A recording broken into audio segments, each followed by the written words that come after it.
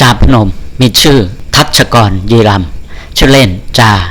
และใช้ชื่อในการแสดงระดับสากลว่าโทนี่จาเกิดปี 2519 อดีตนักกีฬาของสถานศึกษาที่ตนศึกษาอยู่ตั้งแต่ระดับประถมศึกษาไปจนถึงระดับอุดมศึกษาและเป็นนักกีฬาจังหวัดสุรินทร์เริ่มเข้าสู่วงการแสดงปี 2535 คู่สมรสปิยารักษ์โชติวัฒนานนท์ซึ่งเป็นบุตรสาวของเจ้าของธุรกิจโรงแรมดากอนที่จังหวัดระยองเมื่อปี 2554 และมีบุตรด้วยกัน 2 คนบิดาชื่อทองเดยีรำมารดาชื่อรินไซเพชรจาพนมเป็นบุคคลที่ 3 ในบรรดาพี่น้อง 4 คนการศึกษาระดับอุดมศึกษาสถาบันการพระศึกษาวิทยาเขตมหาสารคามในวัยเด็กเขาชอบดูภาพยนตร์กลางแปลงมีความชื่นชอบการแสดงของเฉิงหลงลี่เหลียนเจียและพันนาลิธิไกรมากจาพนมมีความใฝ่ฝันที่จะได้แสดงภาพยนตร์แอคชั่นรักในการสร้างภาพยนตร์และภาพยนตร์มาตั้งแต่เด็กจาพนมได้เริ่มฝึกศิลปะการต่อสู้ด้วยตนเองตั้งแต่อายุ 10 ขวบโดยชอบได้สังเกตศิลปะการต่อสู้ของลี่เหลียนเจียเฉิงหลงบรูซลีแล้วนำมาฝึกตามอย่างการเข้าสู่วงการบันเทิงเมื่ออายุ 14 ปีโดยเป็นคนเสิร์ฟน้ำตัวประกอบยกของทำอาหารและอื่นๆในกองถ่ายภาพยนตร์ในขณะเดียวกันก็ฝึกฝนศิลปะการต่อสู้กับสตาร์แมนต่อมาเขาได้เรียนวิชามวยไทยโบราณและกังฟูวินชุนของจีนจากรัฐพลผู้เป็นอาจารย์คนแรกของจาพนมจากจังหวัดสุรินทร์และได้ร่วมงานกับพันนาลิธิไกรซึ่งเป็นอาจารย์สอนศิลปะการต่อสู้คนสำคัญของเขาผลงานเรื่องแรกที่ประสบความสำเร็จคือเรื่ององค์บาทซึ่งทำรายได้เฉพาะในประเทศไทย200 ล้านบาทติดบอร์ดออฟฟิศอันดับหนึ่งหลายประเทศในทวีปเอเชียทวีปอเมริกาและทวีปยุโรปรวมถึงบอร์ดออฟฟิศฮอลลีวูดทำให้เขาได้รับความสนใจจากบริษัทโกลเด้นฮาร์เวสต์ซึ่งเป็นบริษัทที่สร้างให้บรูซลีมีชื่อเสียงได้ทาบทามให้มาร่วมงานด้วยส่งผลให้เขากลายเป็นนักแสดงไทยที่ประสบความสำเร็จได้รับรางวัลและมีอิทธิพลด้านต่างๆในวงการแสดงระดับโลกปี 2548 ภาพยนตร์เรื่องต้มยำกุ้งก็สามารถติดบอร์ดออฟฟิศฮอลลีวูดอันดับ 4ทำรายได้รวมทั่วโลกสูงถึง 1,000 ล้านบาทกีฬาด้วยความที่จาพนมมีกล้ามเนื้อขาและข้อเท้าที่แข็งแรงและยืดหยุ่นได้ดีกว่าคนปกติทั่วไปทำให้เขามีความสนใจด้านกีฬาและกรีฑาหลากหลายชนิดเมื่อสมัยยังศึกษาในระดับชั้นประถมศึกษาและมัธยมศึกษาเขาก็ได้เป็นนักกีฬาและกรีฑาที่มีความสามารถเล่นได้หลากหลายประเภทและมีผลงานโดดเด่นเสมอมาจนได้รับการแต่งตั้งเป็นนักกีฬาดีเด่นของโรงเรียนและเป็นประธานชมรมกระบี่กระบองในขณะเดียวกันความสามารถด้านกรีฑาเช่นกระโดดสูงกระโดดไกลยิมนาสติกด้านกีฬาประเภทอาวุธเช่นกระบี่กระบองและกีฬาประเภททีมเช่นตะกร้อซึ่งได้รับเหรียญทองทั้งกรีฑาและกีฬาทุกประเภททุกปีที่ลงแข่งขันจนได้โควต้าไปเรียนต่อในระดับอุดมศึกษาซึ่งเขาได้เข้าเรียนต่อด้านกีฬาที่สถาบันการพระศึกษาวิทยาเขตมหาสารคามตัวแสดงแทน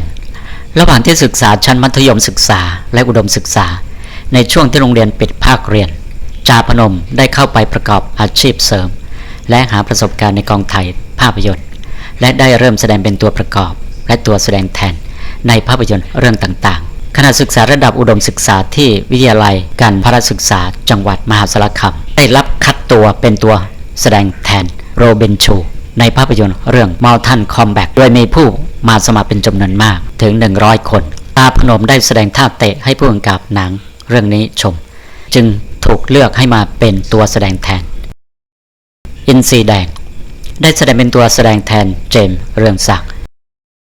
สร้างภาพยนตร์เรื่ององค์บาทซึ่งจาพนมได้รวบรวมหนังของเฉิงหลงลี่เหลียนเจียบรูซลีทุกเรื่องมาดูโดยยึดนักแสดงทั้ง3 คนเป็นเกณฑ์พื้นฐานในการฝึกและผสมผสานเอกลักษณ์ของตนเองลงไปศิลปะการต่อสู้จาพนมมีทักษะทางศิลปะการต่อสู้และการใช้อาวุธหลายประเภทดังนี้ประเภทศิลปะการต่อสู้มวยไทยคาดเชือกมวยโคชสารเทควันโดวิชาหมัดเมาทั้งแบบไทยแบบจีนและแบบผสมกังฟูทั้งแบบเซ้าหลินและแบบวินชุนไอคิโดยูโดคาราเต้ คาโปเอราศิลปะการต่อสู้แบบผสมการใช้อาวุธกระบอง3ท่อนกระบอง2ท่อนโซ่ดาบซามูไรดาบไทยเชือดลูกดอกกระบี่จีนกระบี่กระบองพรองไม้ศอกรูปแบบศิลปะการต่อสู้จาพนมมีรูปแบบในการต่อสู้ที่หลากหลายสำหรับรูปแบบในการต่อสู้ของเขาโดยภาพรวมมีอยู่4แบบดังนี้ 1. แบบต่อสู้ตามต้นฉบับของศิลปะการต่อสู้ชนิดต่างๆ 2. แบบผสมผสานดึงเอาจากศาสตร์1มาผสมกับอีกศาสตร์1 3. แบบประยุกต์คือนำต้นฉบับดัดแปลงอีกครั้งหนึ่ง 4. แบบคิดค้นขึ้นเองทั้งหมดเช่นคิดค้นหน้าทยุทธจึงทำให้เขาเป็นผู้ให้กำเนิดศิลปะการต่อสู้รูปแบบใหม่ความสำเร็จในระดับโลกเว็บไซต์ kungfucinema.com เว็บไซต์เกี่ยวกับภาพยนตร์แอคชั่นและการต่อสู้ที่ได้รับความนิยมมากที่สุดของโลกได้มีการจับมอบรางวัล Kungfu Cinema Award โดยองค์บาทได้2รางวัลจาพนมได้รับรางวัลนักแสดงนำฝ่ายชายที่เน้นกันต่อสู้ยอดเยี่ยมชนะเฉิงหลงทอมครูซลี่หลิงเจียเคียยูเรฟหยวงหูผิงและดอนนี่เย็นได้รับการจัดอันดับให้เป็น1ใน200ดาราหน้าใหม่ที่น่าจับตามองที่สุดในโลกซึ่งดาราเอเชียติดอันดับเพียง2คนเท่านั้นคือโทนี่จาและจังอื้อยี่เว็บไซต์ positioninmag.com จะอันดับให้โทนี่จาเป็นนักแสดงแอคชั่นยอดเยี่ยมอันดับ1ของโลก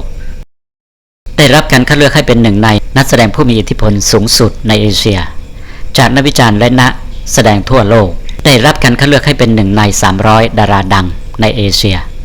จาพนมได้รับการเชิดชูเกียรติให้เป็นบุคคลสำคัญของโลกลงในทำเนียบคนไทยที่โลกยกย่อง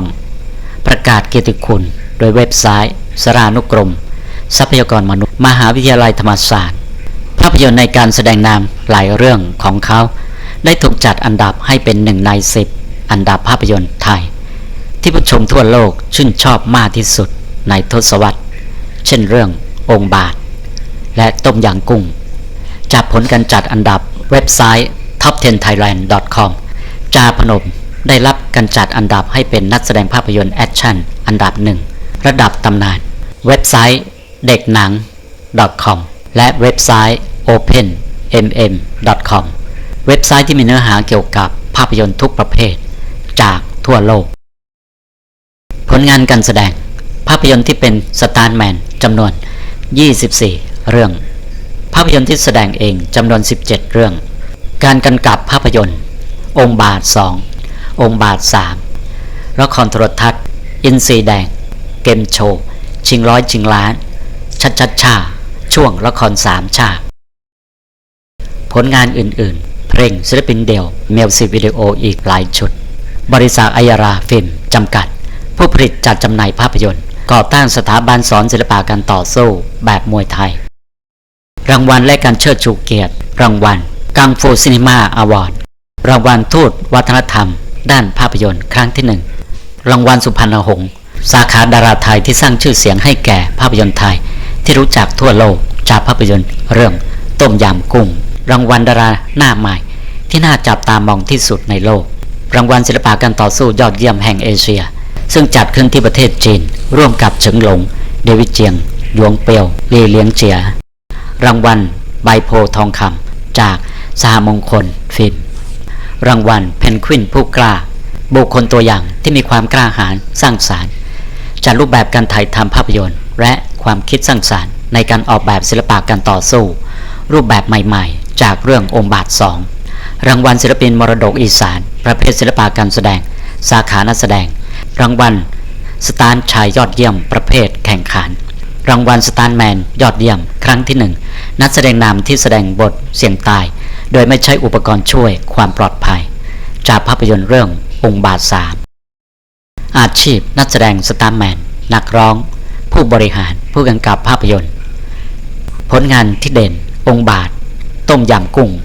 องค์บาท2 3ต้มยำกุ้ง2แรงทะลุนรกโทนี่กู้ซัดอันตรายโหดซัดโหดขอบคุณที่ติดตามช่องพาเจริญสวัสดีครับ